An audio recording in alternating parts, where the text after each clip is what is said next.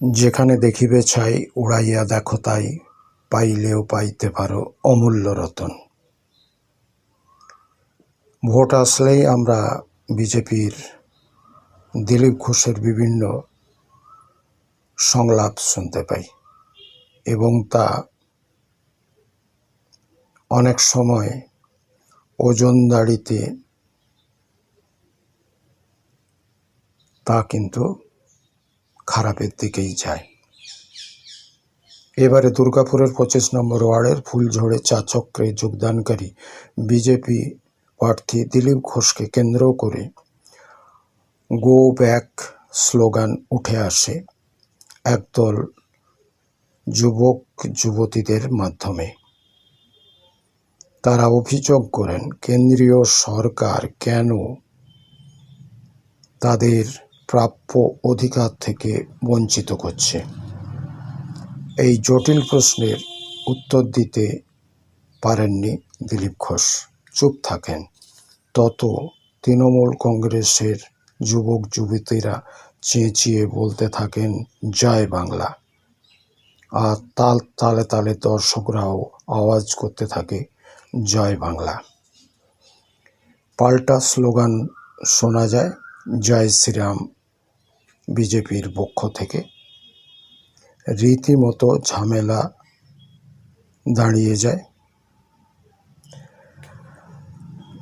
এই বিক্ষোভ থামাতে স্টিল টাউনশিপের থানার পুলিশকে আসতে হয়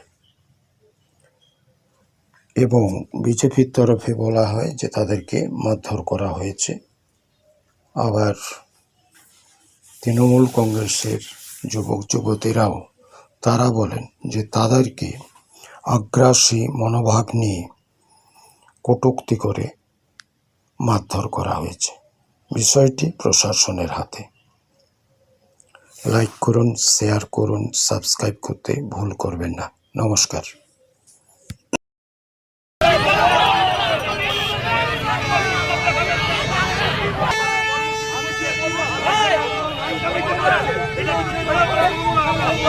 একটা নেতাকে ঢুকতে হবে না, একটা নেতাকে ঢুকতে হবে না। এটা কোথায় গণতন্ত্র? এটা কোথায় গণতন্ত্র?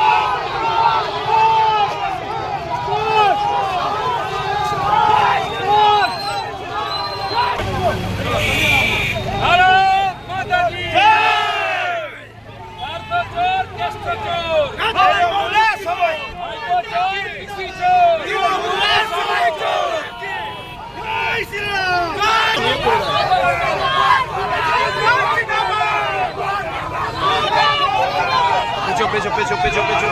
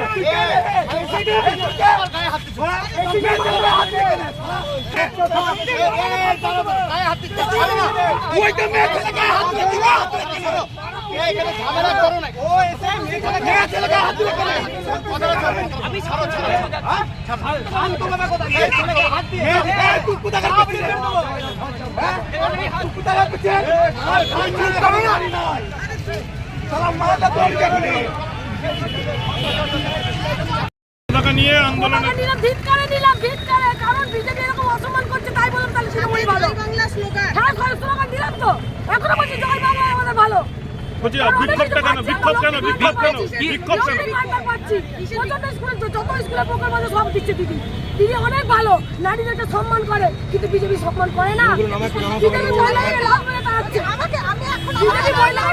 আজকে এখানে কি ছিল স্বীকার করছি না আমরা তৃণমূল করেন বলছি বলছি আজকে কি ছিল এখানে বিজেপির কি ছিল এখানে আমি তৃণমূল করি বিজেপির এখানে অনুষ্ঠানটা কি ছিল বিজেপির অনুষ্ঠানটা কি ছিল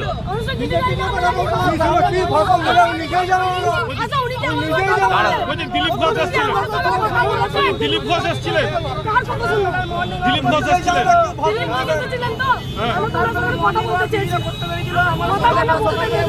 আমি যে পার্টি করি আমি তো দুটো কথা বলতে গেছিলাম প্রথমে তো ঝামেলা আমরা কথা বলতে দেয়নি না সেই জন্য আপনারা বিক্ষোভ দেখালেন আমি কথা বলতে দাঁড়িয়েছিলাম আমার একটা পায়ে লাত মেরে দিল তারপরে হাতে হাত ধরে ছিঁড়ে ফেলে দিল সারা জীবন জিততে পারবে না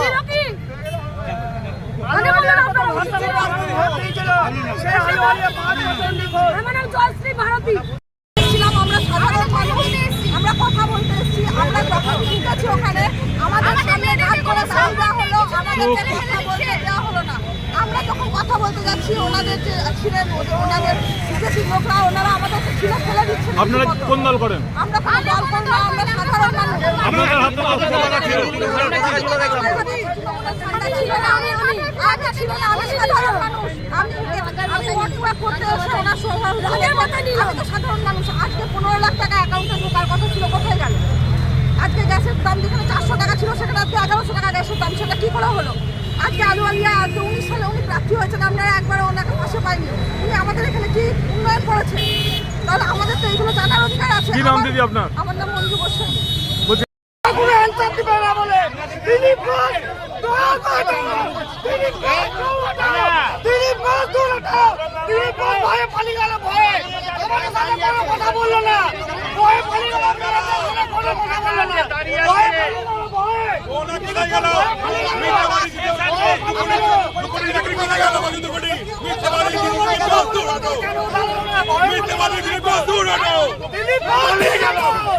পালিয়ে গেল দিলীপ ঘোষ পালিয়ে গেল দিলীপ ঘোষ পালিয়ে গেল অভিযোগ আমাদের প্রতিযোগের অভিযোগ ছিল আমাদের অভিযোগ ছিল মোদী সরকার বিজেপি সরকার প্রথম নোটিশ আসার সময় আমাদের কথা দিয়েছিল 15 লক্ষ টাকা প্রত্যেক অ্যাকাউন্টে ঢুকাবো হয়নি আপনারা কি তৃণমূল করেন 15 লক্ষ করিনি আমরা সাধারণ পাবলিক হিসেবে দিলীপ ঘোষের সাথে কথা বলতে পেরেছেন?